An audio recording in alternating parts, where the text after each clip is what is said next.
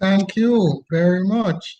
Thank you, Mrs. De Freitas, a colleague of many years, for giving me this opportunity to overcome my anxieties about social media with the help of Miss Thompson, Jackie Thompson, and Dr. Walcott, both very young people.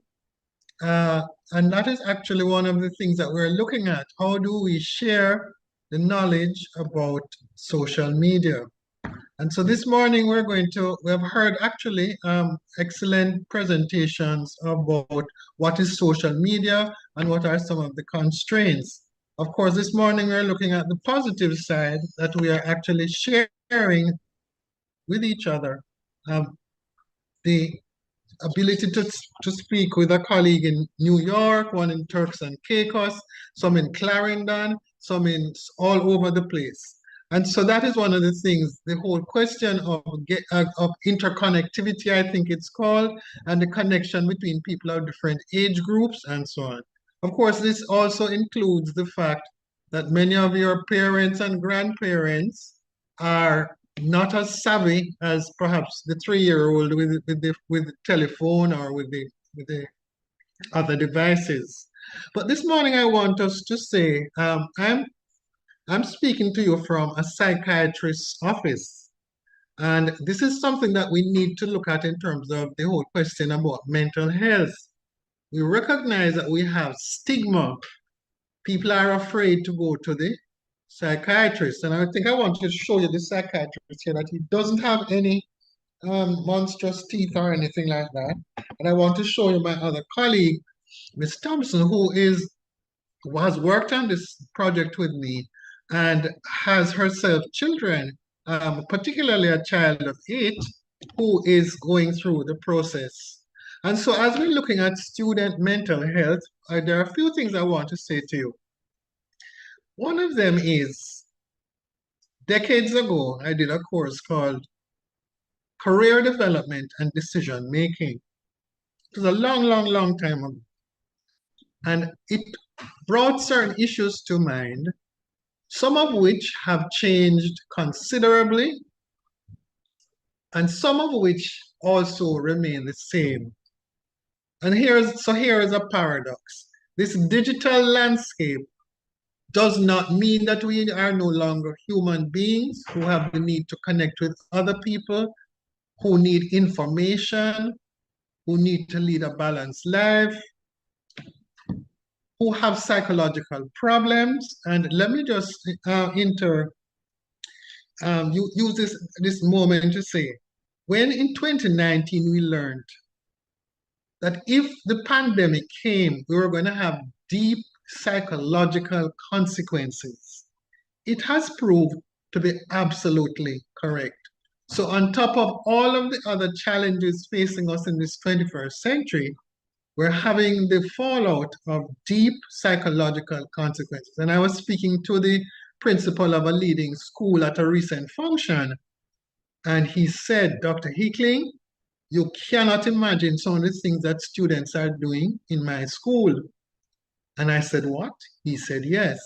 He said, maybe these problems were here before, but post-COVID, things have really gotten outrageous. So we're going to have to talk about the things that are happening in our world, how they affect our behavior, and most importantly, in terms of my presentation, what can we do about them?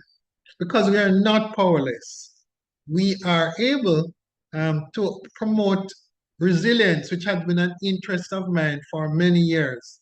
And in fact, I was involved in a project called Dream a World, in which underperforming students and children with behavioral problems were addressed, and their involvement in the performing arts and with the psychological intervention rather, were able to do much, much, much better. In fact, we need to find out what has happened to some of the students.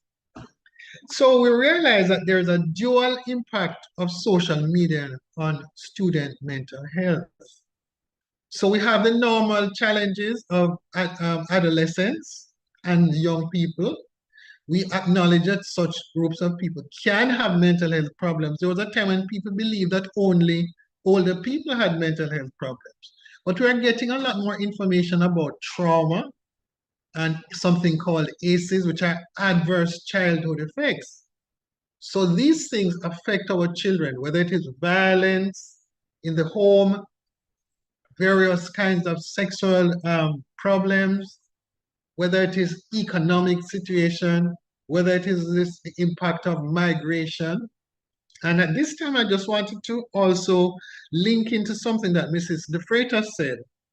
She spoke about the fact that we're having the 49th conference of CARICOM, and the outgoing chairperson from Barbados, the Prime Minister of Barbados, raised a profound question.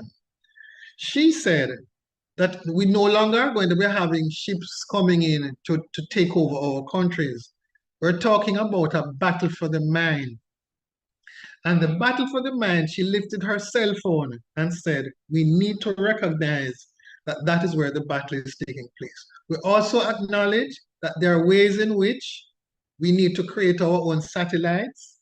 We also need to be looking at content, because the content is absolutely important. We're giving our children and young people the impression that they are not part of the world. And so one of the important things we're doing in terms of addressing the issue of resilience is developing the creative capacity of our young people. Very, very, very important. We're also recognizing that there are people in various parts of the world who are spreading false, false narrative, fake news. And one of the important things we're learning also is the need to develop critical thinking. I need to be able to look at something and recognize that this is a fact, or this is folly, or this is fiction. So we recognize that a lot of things are happening at the same time, and that many of our young people are experiencing something called an epidemic of loneliness. They're isolated.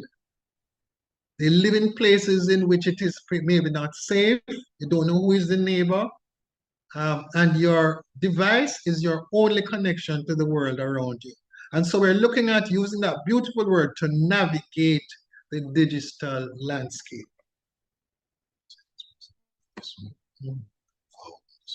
Okay, so we realized, and here's a picture of young people elsewhere. We could have had a picture of young people in our own environment. Social media has become a significant factor in the lives of students, positive and negative, beneficial and detrimental. So we want to look at this in our own context.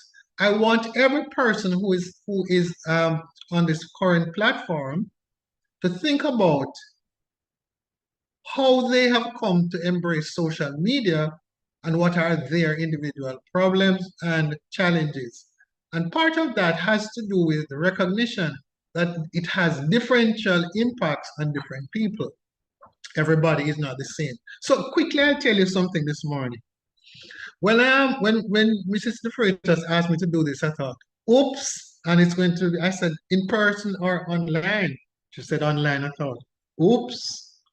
And so, of course, I had been thinking it through, and I had thought about I was about to say normal, but the way in which we used to put presentations together. And then I had to approach a young person, Miss Thompson, and we were developing what was it? What's the name of it again? Oh. We were doing a PowerPoint presentation. And after the PowerPoint presentation, Dr. Walcott said, what about Prezi? In other words, there are many different ways in which we can prepare material. And at this point, I just want to bring to you a more informed or example of something. I went to a classroom in a prep school on Teachers' Day, and I decided I was going to ask the children to start to write a book about what I want to be when I grow up. So I took a book that I had written to show them. And luckily I spoke to Mrs. De Freitas before, because I should not have been surprised. So we had people who wanted to be surgeons, astronauts, cosmonauts, teachers, content creators, YouTubers, comic makers, and all kinds of things. So one of the important things we're recognizing, especially for those who are from the primary school in Clarendon, I believe it is, that children are trying to make choices, as of course this organization is called Choices. But we are recognizing that some of the things that they are going to become have not yet been invented. And therefore, when your child tells you they want to be a cosmonaut or an astronaut, you better say, well, that's a good idea. Not, that is impossible. So, because a parent, a teacher, a guidance counselor cannot conceive of something that a child can become, does not mean that that is not so. So, we have to open our minds and our imaginations. This will help to prepare us for what is happening locally and globally, because we now have something called FOMO, which is what? For what is FOMO? Well, we'll find out what FOMO CAPS is and cyberbullying. Sadly, some of the people who have been bullied in cyberbullying have gone to the extreme of committing suicide. And this shows how dangerous it can be when we don't have any filters. And we'll talk a little bit about the way in which we have to filter out information which is not appropriate, not correct. FOMO is the fear of missing out. That was something I just learned. Let me also say to everyone, we are constantly learning. Constantly we are learning. So that the things that we thought we knew, some of them have proved to be wrong. Okay.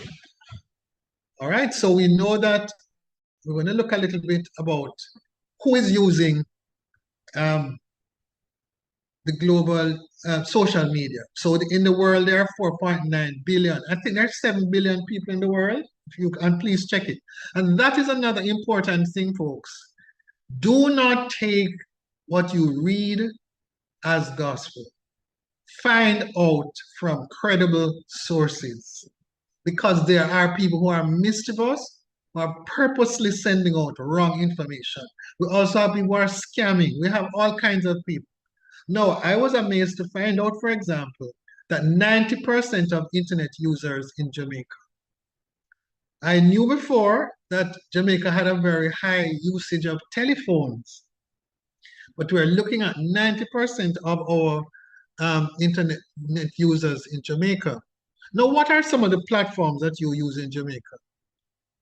What are some of the platforms? Mrs. De Freitas already spoke about them, and you know what they are. So we are connected to the world, and people are using them, and particularly young people are using them. And young people are using them, as I used to say when I worked at UWI, you could pass 6 young people, and each of them was on a device. They were not speaking to the person sitting beside them, but somebody 1,000 miles away. So we're looking at a lot of people who are part of a virtual world. And I used to say to students, so how is it you can have 1,000 friends? Who is a friend? What is a friend? And so we recognize that this situation is changing. And for those who are listening, I remember um, asking, how is it possible for someone to end a relationship online? And they said, sometimes you just have to do it that way. In other words, yesterday I was in a relationship and today I'm single, but I haven't spoken to the person at all. And that's very serious. Okay, so we're recognizing that there's a high degree of usage of social media in Jamaica. Much of it is coming from people overseas, although increasingly there are local users.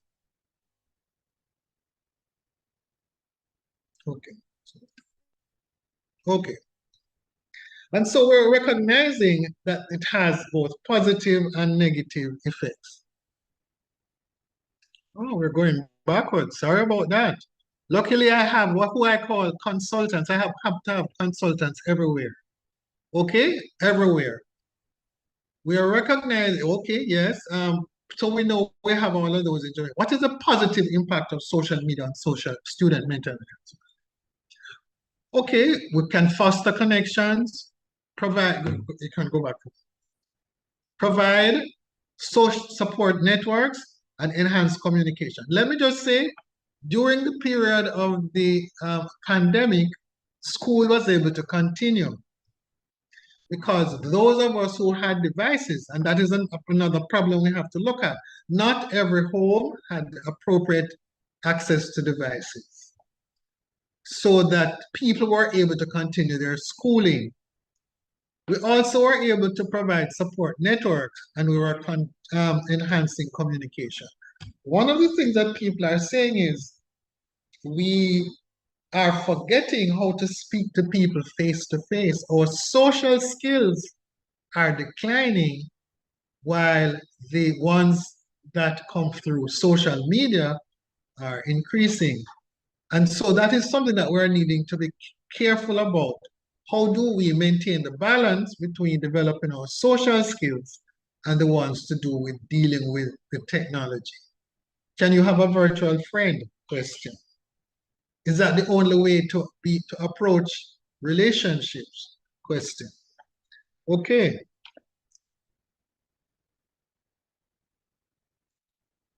On the downside of this, as we are forgetting how to approach each other. In fact, you can see some of the people there. I'm told even inside of some households, somebody's upstairs, somebody's downstairs. And the person upstairs and downstairs, instead of speaking face to face, they're using Facebook. But what does this result in? Increased anxiety and depression. I'm worried about how I'm feeling. Do people like me? And there's a whole this question. Am I as good looking as the people and happy and rich and so on as the people I'm seeing? In fact, people are creating themselves. They're making up who they are in order to try to fit in. This is a very, very, very serious challenge because half of the people who are making up these things, it's not real. Okay. So we realize that that results in me becoming depressed due to constant comparisons. Am I as good looking? Am I as brilliant? Okay. And I also develop some unrealistic standards for judging myself. And these things can be quite unreal. But I don't know because, hey, I'm looking at the pictures of these people and they're saying I'm having a fantastic time and I'm beautifully dressed and I have a lot of friends and I went to all of these places. Many users report feeling isolated despite being connected online. You know what the word exacerbate means? It means it makes it worse. I feel lonely. I don't feel like I fit in. I don't belong. And therefore, one of the reasons that people are bullying other people or able to bully other people is because they sense that there's a gap in me. I am feeling on a sense of unbelonging. So this is something that we need to address and become quite aware of. And then we have cyberbullying. In other words, and I'm going to just be quite plain. Somebody thinks they're having a private relationship with someone and exposes their naked self. Somebody else is then trying to extort money from them or expose them. With the result that various things can go wrong. Secondly, there are many adults who are exploiting children's innocence and loneliness by saying, I'm a 16-year-old and let us meet in the plaza. But in fact, when I meet the person in the plaza, it happens to be a grown man and this teenager is at that person's mercy. And we have heard of stories of people losing their lives, people merely escaping from people who are predators. So that whole area of that sexual exploitation is something we have got to deal with. So we have serious emotional distress and long-term psychological effects and a pressure to maintain a certain online persona, which can also contribute to stress and decline in self-esteem. In other words, I don't think I'm worthwhile. I think I'm ugly. I'm dressing, clothes that are inappropriate. To complicate matters, many of our parents and grandparents don't have the tech savvy of the young person, so they cannot understand what it is you are looking at. Why, when instead of going to bed at night, or for the next few hours, you are on the tablet or on the computer or on the phone. And let me say, the ophthalmologists and the pediatricians are saying you should not be on a device for more than 2 hours a day with half an hour sections, 4 of them. However, there are many people who are on the tablet all day. There are people for 7 hours. It is affecting their eyesight. It is affecting their brain development. And so the parent who gives you the device in order to keep you safe inside your home does not necessarily realize that you could be becoming violent, you could be getting access to pornography, and so on. And so I want all of us listening to recognize, and perhaps Choices will have to do a session for parents, etc. Because there is information and there are skills we need to have to cope. If I have needed a team to help me to get this together this morning, can you imagine what the parent, the grandparent is feeling? Okay, so we had heard from Mrs. De Freitas the developments in the in terms of cyberbullying. All right, so FOMO again, feelings of what is it? Fear of missing out. In other words, I don't belong. Now, one of the important things for children and adolescents is a sense of belonging. And many of you would have heard of Maslow's hierarchy of need. And that reminds us that we are social beings and that we need to be part of communities. The only place that we need to be looking at is how do we devise a sense of belonging. Now, for example, there was a time when people in the holidays were spending the time with their relatives in the country. Many people no longer have relatives in the country, and some relatives abroad. And of course, now with the programs that Mr. Trump, etc., is organizing for people in the United States, there are going to be many, many problems with families reunifying. Okay, so second group of people, we recognize that the cyberbullying has increased. There's some observation that has been made. Things that I would not say to your face, I am very happy to write the most terrible things about other people. You know why? Because I can't see them. You see, when we are able to see each other, there are things that we would be able to look at their faces and we would have to recognize. And I can't really say that. But people are prepared to tell lies, to defame people's character, and to do all sorts of things in terms of this bullying. And part of it, why are people bullies? Because of a sense of inadequacy in themselves. That is a real reason. I don't feel complete and I'm going to make life give you hell. Okay, second one, 2015.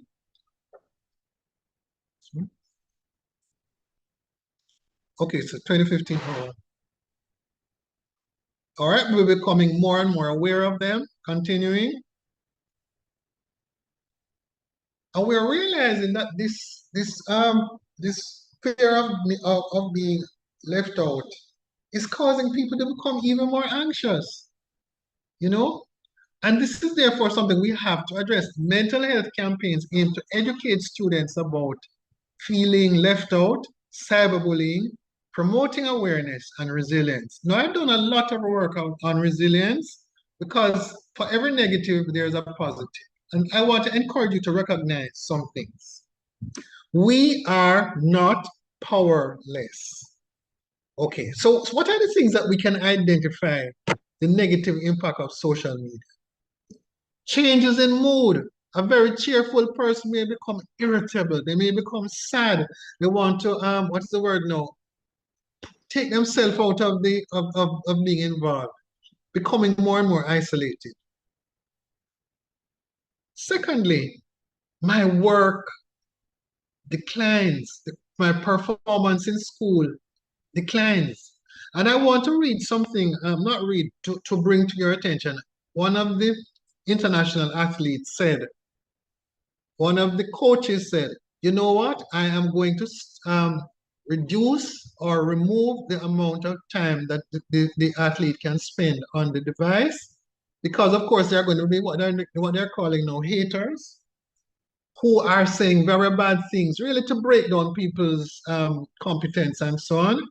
So when we notice that somebody's academic or other performance is declining, we realize there's a problem. Withdrawal. People who used to be friendly and outgoing becoming withdrawn and isolated is another signal that I feel something is wrong with me and therefore I'm going to keep away from other people. Continue. And this is a very important one. Are you sleeping enough? So insomnia on one hand, or excessive sleeping is another hand, and it may indicate that you are struggling with the impact of social media, especially as I said, the rest of the household thinks you are sleeping, but you are really on the device. Okay, so how do we exercise our power? How do we deal with resilience? And what is resilience? It is about overcoming adversity. And in this way, some elements of adversity include dealing with social media. Okay, adapt well to change, keep going in the face of adversity, especially crucial in the context of social media, where there may be many negative elements of peer pressure and negativity. Let me also say something. Up to adolescence, the beginning of adolescence, the family is the most important. But you see, once you become a teenager or no, a tweenager, it becomes your peer group. And let me encourage the parents who are listening and get to know your children's friends. Get to know them because they are critical in terms of healthy development and resilience. Many years ago, my mother visited Venezuela. And she said one of the great things she noticed was that there are multi-generational activities. In Jamaica, for example, and perhaps elsewhere, we have young people at some events, older people at some events. Why are we not getting families together? That is another way of promoting resilience. I belong to this group of people. I look like these people. They love and respect me. And so that's another important way in which we have to be building resilience, expanding our social networks. In addition, I'm going to encourage students to become involved in activities. Okay, so we're promoting open communication. We're developing teaching coping strategies. When I'm feeling lost and alone, what do I do? Do I call a friend? Do I even have any friends? Do we foster critical thinking? And what is critical thinking? Analyze the content, inform decisions about the social media use. Because somebody could tell me something, and I said, but you know, I have checked with a credible source, and that information is incorrect. There was a time in the what is it back in the day when people would say, I read it in the Gleaner. No, no, no. I saw it on social media does not mean that it is accurate, it is correct. We want to, as I was saying earlier, encourage extracurricular activities where young people and elderly people come together with other people. And that is something that is really very important. Encourage extracurricular activity. And most importantly, from where I literally am sitting, offer mental health resources. So for example, we have just concluded the PEP. There are some people who are elated because of the way that they got their choice. And there are some people who are feeling depressed because of where they have been sent. It is time, here in the picture, we're seeing this young woman sitting, covering her face, all alone in the corridor. Do we see people all alone? Are people getting involved with negative peer groups because they are feeling so alone and isolated? The answer is yes. So one of the things we have to do is we have to go to the guidance counselor. And the important thing about trust, we live in a society where people do not trust each other. We have to trust someone.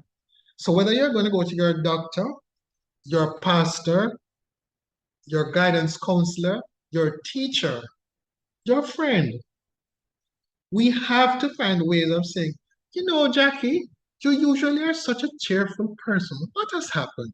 And let me give you something that is very important in terms of the parent and so on.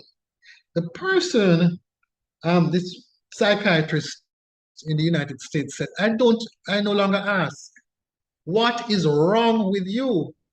I ask, what has happened to you? Now, I think I might have used my time, and therefore I am very open to questions. Okay. Dr. Dr.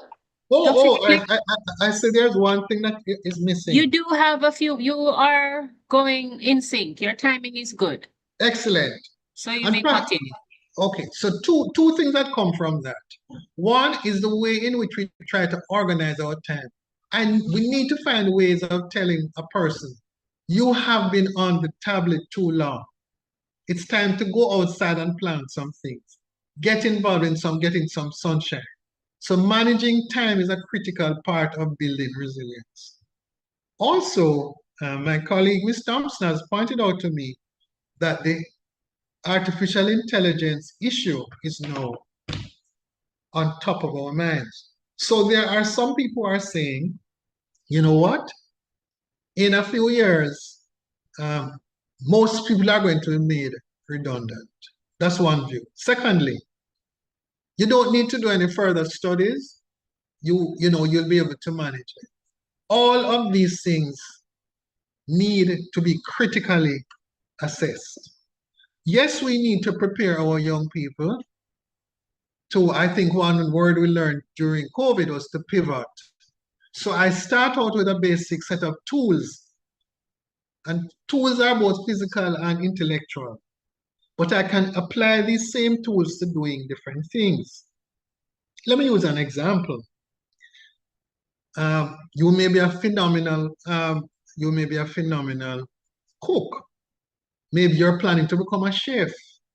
But maybe one of the things you're going to be doing is trying to establish a restaurant. Maybe something that you're going to try to do is to write a cookbook. There's a whole range of things. So it's one thing to know how to prepare the food, but you need to do it for yourself. Part of it is the food that you prepare as a knowledgeable person who has done home economics or whatever it is to provide nutritious food. It's no point knowing something which we don't apply. And that is something I want us to think about. A lot of our academic knowledge remains in the books and in our heads. What are we doing with it? So an important thing that we need to do is to move from being people who absorb and instead being people who create. And I know there is some work going on about the creative and cultural industries.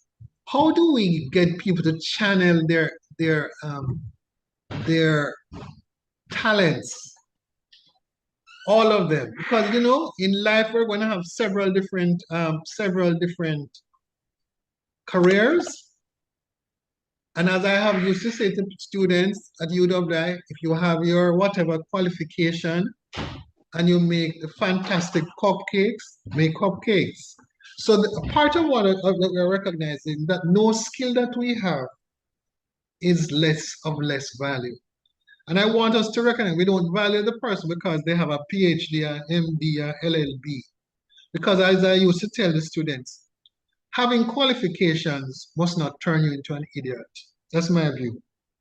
You are supposed to use the knowledge for the development of the community, for the development of yourself. And let me probably say this. A virtual community is not enough. Where we live, where we work, where we go to school are all important parts of us building social systems. And I want to encourage all of us, all of you, to become part of being mentors, helping other people who are having challenges that you have overcome, that you are overcoming, that allow you to be of help to other people. And also, maybe the last point I want to make is try to foster and sustain good relationships. One of the people who has spoken to me in the chat says that I taught her at university. Supposing I was a bad person, supposing I had done her something wrong. And the fact is, we're literally living in a very small world. And some of the people who you thought you would never see again, you're going to meet them tomorrow when you go to work. And secondly, Mrs. De Freitas and I have known each other for some time, and we worked on the publication of a newsletter years ago. So we have managed to keep in touch with each other. There is a quality of relationships that we need to learn to sustain. There's a challenge because many of us, when we get, when we have a problem with someone in our home or at work or so, we want to end the relationship. And I know that there are ways in which we can find that we can help to build and foster good relationships. Okay, how are we on time? We're doing well. Would you like to have persons share any questions they have, or you may go ahead and Absolutely. take the slide Absolutely. to the end? No, absolutely. Because, the whole question of us listening to young people is very important. And in that regard, when I went to teach at the university this round, I realized the students were of a different generation. And we really need to hear what they are saying. Not think about when we were younger or young, but what is happening to them now. So that is an important thing. So we can listen here, and whatever we can't cover now will be covered in the breakout rooms. That's another relatively new concept. Eh? Right. Okay, so yes, I'm willing to field questions, and I have to thank you all for giving me this chance to think about and present this material because I have learned a lot doing this. Okay, I'm open. Thank you, Dr. Hickling. This has been very, very interesting. What we're going to do, I know you're not quite finished. This is not the end of the slide, is it? So you're facilitating some questions in the interim, correct? I, okay. No, I think in So, terms of this, it was finished. And okay. remember that a lot of material, in a sense, was covered by previous speakers. And so I haven't bothered to regurgitate that because we really have to listen to what young people are saying. Oh, I know one more thing I said. Part of the culture in which we are operating, you chat too much, shut up your mouth. We can't encourage people to have open communication if they are afraid to speak because they think they're stupid, because we don't want to hear what they have to say. And I used to say to students, just like we're reading books written by people from other places, you can write a book, yes, and reading is still something that is important. And I will give you an example. Sweden, the country Sweden, 15 years ago, went all computer. You know what they're doing now? They're going back to students having to read because reading is as important for our development and thinking as anything else. Absolutely. Totally agree. Thank you for sharing that bit of insight. As Dr. Hickling just mentioned, that reading is very important, and she also wants to hear the voice of the different students. If there are any students on the platform this morning, I'm inviting you all to drop your question in the chat so that I can read for you. I know your voice needs to be heard, but due to the technicalities, we'll be able to read them for you. Dr. Hickling, that presentation was most interesting and enlightening and gave us a lot of food for thought. But before we come to the part where we finally give that congratulations, you mentioned that you wanted to hear, and we are extending right now to anyone in the chat who may have a question. to just drop that question in the chat right there. Lovely presentation, wonderful presentation indeed. Agreeing with Rachel Harvey and Patrina Hamilton. Shirley, any question there about?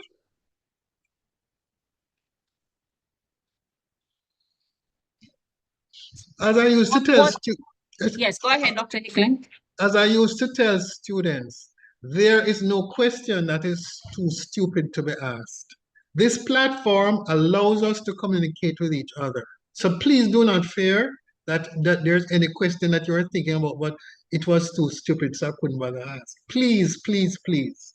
And I think because you have reiterated that, we have Michelena Black with the question, what is the suggested limit on social media time daily?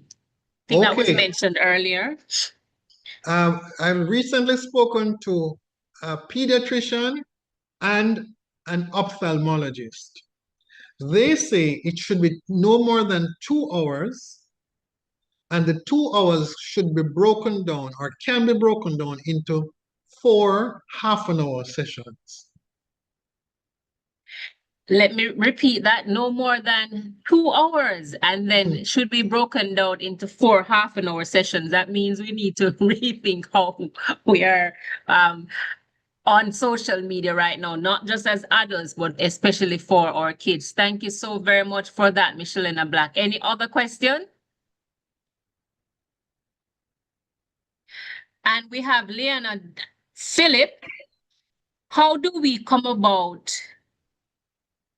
Leona, do you want to rephrase that? It said, how do we come about doing so?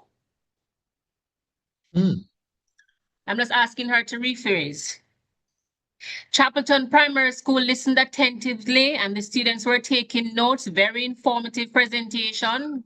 I think you know that, Dr. Hickling. Great presentation, beautifully done.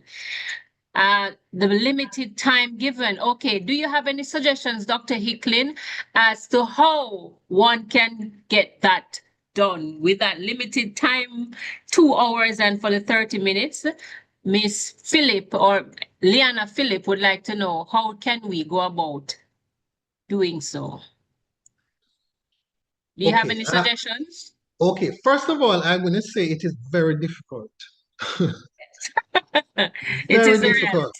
Yes. Okay. Secondly, I know that perhaps it has to increase as people are, when they're using their devices to do their homework and to do the things. So maybe I'm talking about the kind of way in which it is being used. But one of the things that I believe could work better is using some kind of clock. And I know nowadays we're using digital clocks, not the old time kind of clocks. How much time is on it? And I think we also have to break up the time. You see, after that half an hour, for example, maybe we have to go outside. I have a feeling that there are too many young children and young people in particular who are sitting down inside. How and where do we find places to go outside? I do not have an answer. It is a set of things that I wanted to think about. When do we do our exercise outside? When do we plan things outside? When do we go swimming outside? When do we look at nature outside? Now, I know we're also having a problem in the places in which we live because a lot of them are high-rise buildings and they don't seem to have even a green grass anywhere. It means to say we have to get people planting things, and in some cultures, each child has either a section that they use to grow stuff, or a potted plant, or a something. Part of what we're looking at is linking into nature and the health that is outside. Of course, we know that some of the time we are using the device and eating at the same time. Very, very difficult to break that habit and very dangerous. So I believe that we need to get outside more often. I saw a video of somebody in China, the principal, and you know what the principal at the school was doing? Himself and all the students were exercising outside. No, I don't want to create a riot at some of our schools. But guess what? Supposing that was something that we did, Right. you know? So how about getting from inside to outside? How about us being able to change activities like reading um, and drawing and singing and all those things that could be available to us? We are recognizing that we are now needing to rethink. People talk about how in the country they used to be climbing trees and picking plums and etc. And those who of course have chores to do. But part of what we're looking at is getting up off the seat, saving our eyes in terms of this business of the thing. So I don't know if anybody else has any ideas of they've done anything that works, because you don't want to get into a fight with your child or grandchild or ward or whatever about using it. And I suppose where there are schools, they can help children to look at using the device for entertainment for a period of time. And when that time is over, they do something else. In other words, we almost have the timetable how the use goes. Absolutely. Getting from the inside to the outside, encouraging games, timetabling, back to the time. And we have persons supporting you right there in the chat, mentioning that they were in the country, they grew up rurally, and they were outside playing games. Questions are being asked. Do students play marbles and jump rope? Are they taking breaks and are there physical activities? So then the solution, as was mentioned by Mr. Campbell earlier, is for us to think about and determine how are we going to implement that. Do we have to be very purposeful about it as we have these timetabled and to set these segments every 30 minutes for 2 hours? How can we go about setting that up on the phones so the students and ourselves are not exposed? Because it's not just the children, but adults equally are being affected by the same thing. Thank you for bringing that up, because there are increasing stories of children who are very disgusted, I think, and feeling desperate because their parents are constantly on the phone and not paying them any attention. And so when they observe you on your phone, uh, there's a story of a boy who says to his father, who's a consultant, Dad, I want to ask you, your boss, how much you get paid per the hour? Why did so father ask? He says, because I would get that, I would save my money so you could pay attention to me. Can you believe that? Yes, So yes. so we're asking the parent, the teacher, the whomever, how much time are you spending on the device? And That's it's right. okay. What is the example that the parent is setting? And is Yes. it's a say as I do, do as I say, but not as I do. Yeah. Because that example is what kids are going to follow. And if you say differently, they're going to say, why? You do that, why can't I? There are some very important points that have come up, and I'm very happy. But there's something that I want to ask. If we are talking about education, would we like to see some changes in the educational system where children would be doing more practical things, maybe not always in a classroom, and that would be part of encouraging them to do things outside, do things with their hands, make things, so more practical exercises, and encouraging them away from devices. And also, is there an age at which it might be said that a child should not necessarily have exposure to device until they're that age? Okay, let me quickly go, and then others can speak. One thing is, people use the device. Okay, you will see a 3-year-old somewhere at church or whatever, and they have been given a device so they can look at it. And I know in many cultures, children are learning how to meditate, how to be able to sit still for a period of time. Because what is happening is that I'm feeling bored because nothing is happening. And those who know about the neuroscience talk about the short attention spans and what is happening in people's brains, the ability to sit still.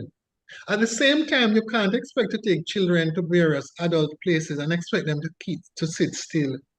So there must be time for them to run, wild. Because that's another part of it. Play is a critical, important part of life. If we don't encourage our children to play and have enough safe places where they can play, then going outside is not going to be particularly helpful because there can be problems outside. So that is something that we need to be thinking about. I'm very happy to see people doing these what? 5Ks and 10Ks because families seem to be doing that. But we need to do more of those kinds of things, many more of those kinds of things. And finally, I want to bring to our attention, and maybe people know about it already, some things that are called forest schools. Can Apparently, you these repeat are that, please? Did you say forest? forest schools. No learning takes place in a classroom. The classroom is outdoors. Can you believe that? So you learn in the forest. Of course, you know what that also means? That means that we are going to have to take better care of our environment.